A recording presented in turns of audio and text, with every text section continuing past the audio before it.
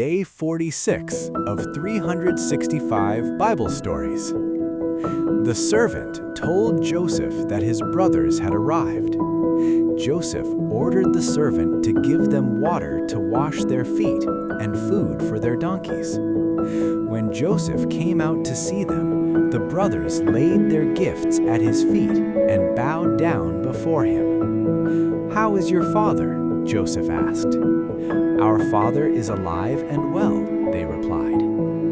Joseph looked carefully at each of their faces until he saw Benjamin. "This must be the youngest," he said, "the one you told me about." The brothers nodded. Joseph stepped closer to Benjamin. "God bless you, my son," he said. He loved Benjamin deeply, and his eyes filled with tears. Quickly, he left the room so his brothers would not see him cry. He washed his face and took a deep breath. Then he returned and said, "Let's eat." The brothers were seated in order, from the oldest to the youngest. "How does he know our ages?" they wondered, but they remained silent. They ate, drank, and enjoyed themselves.